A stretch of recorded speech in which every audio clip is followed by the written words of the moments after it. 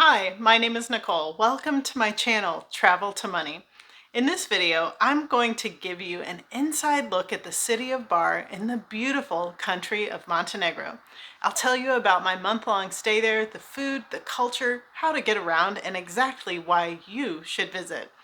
If you are new here, I have created this channel to help you learn about how to travel, adventure, and have fun on the road to financial independence. I have traveled the world, paid off a house in Spain, and I'm on a creative journey to financial independence. I believe that the road to financial freedom can and should be fun. I hope that you'll subscribe and join me on this journey, no matter where you are starting from.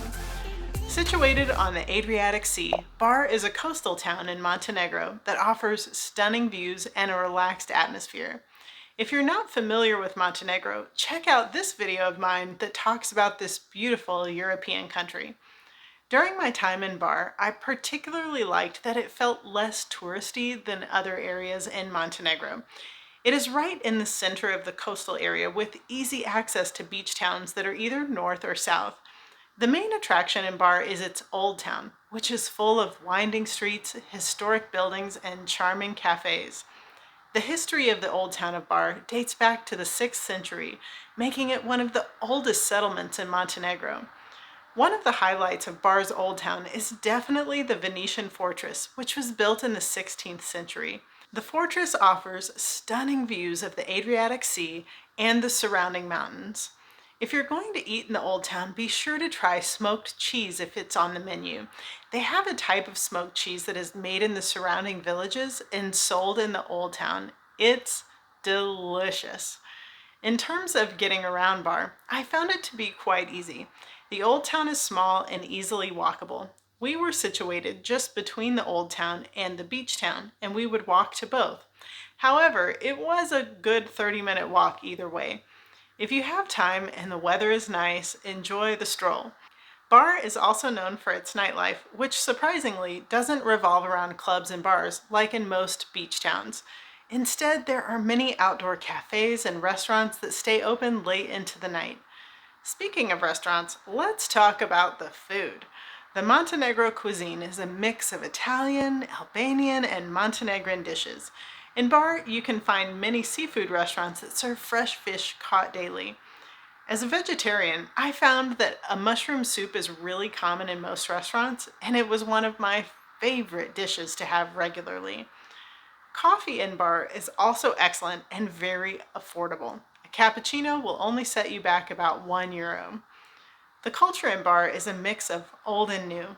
There are many Montenegrins who have lived in Bar for generations, as well as a growing number of young people who are attracted to Bar's relaxed atmosphere. The language in Montenegro is Montenegrin, which is similar to Serbian. However, most people in Bar speak at least basic English, so you will not have too much trouble communicating with locals. Be sure to try and learn a few words in Montenegrin, like hello, which is zdravo, and thank you, which is hvala. The climate in Bar is Mediterranean, so the weather is quite mild and sunny throughout the year. The best time to visit Bar is from May to October when the weather is warm and dry. I would definitely recommend spending an evening in Bar strolling the boardwalk along the seaside. Visitors can also enjoy swimming, sunbathing, and windsurfing at the nearby beaches. In addition to its natural attractions, Bar also has a rich cultural heritage that includes churches, monasteries, and mosques. I visited the Church of St. John Vladimir, which was stunningly beautiful. The story of St. John Vladimir is fascinating and definitely worth learning about. You might be wondering if Bar is a safe place to visit. I would say yes. I felt very safe walking around the city by myself, even at night. To me, the culture in Montenegro is very family-based. I often saw fathers playing outside with their children or families walking together near the sea. As far as the cost of staying there, even though car rentals were on the more expensive end of what I'm used to, I found that Airbnb accommodations were very affordable. In 2017, I booked an entire month stay at a private 3-bedroom house for less than $300. In 2019, I booked a 3-bedroom house for about 33 days that came to a total of $497.60. Keep in mind, when you rent Airbnb locations, you don't have to pay for utilities. It includes everything.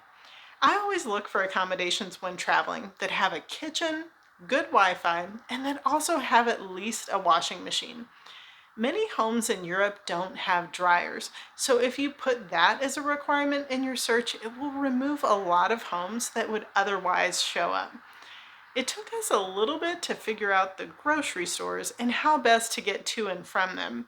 Since we didn't have a car rental for most of our stay, we found that walking to the store was best, and then we would take a taxi back to the house with all of our groceries. The first time you go grocery shopping in any country, you should give yourself an extra 30 minutes or so to translate labels and just to get an idea of what kind of foods are most common. Now, as a digital nomad, staying connected is obviously super important. We had good Wi-Fi at our Airbnb, but often we would want to go into town to work.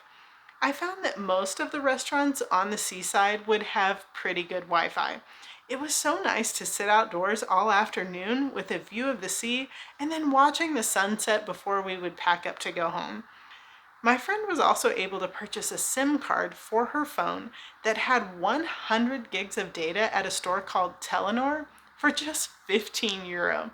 Now that was in 2019, but that is super hard to beat, and I would guess that prices would still be similar. If you're wondering about how to get to Bar, the best way is to fly into the capital city of Podgorica, which is about an hour away by car. Bar is also accessible by bus from many cities in Montenegro, as well as from Albania and Kosovo.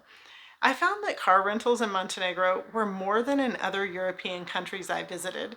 I was used to finding amazing deals in Spain and Portugal, so I was surprised at the higher prices. It is still far less than what a car rental would cost in the US, but something to keep in mind. In our case, we opted for taking a taxi to the train station in Podgorica, and then we took a train to the city of Bar, followed by another taxi to our Airbnb. During our stay, we ended up renting a car for our last week so that we could drive to see more of the beach towns. There are buses available, but after failing to figure out the schedule on one occasion, we ended up opting for the car rental. Speaking of, we had a pretty bad experience trying to get a car rental when we were in Tevat, which is a large city north of Bar. After missing our bus, we decided to book a car last minute through Skyscanner that then had us complete a booking through a third-party app. I wish I could remember the name of the car rental agency, but the guy behind the counter told us that if I didn't want to pay for some ridiculous insurance package, that I would have to put a deposit down of some crazy amount of money because I was from the US. I don't remember exactly, but I think it was like $15,000. We told him my friend was from Portugal and that we would just put it in her name. He changed his story and the amount of money they were charging. I ended up refusing to rent from them, and we went back to square one. I booked another rental through Skyscanner, then walked over to where the rental location was. The man there said that he didn't have any cars available, so the third-party app never should have booked it. I think the lesson I learned in this instance is to plan in advance for a car rental. I've rented from a lot of places, but I've never heard of anything like either of these situations.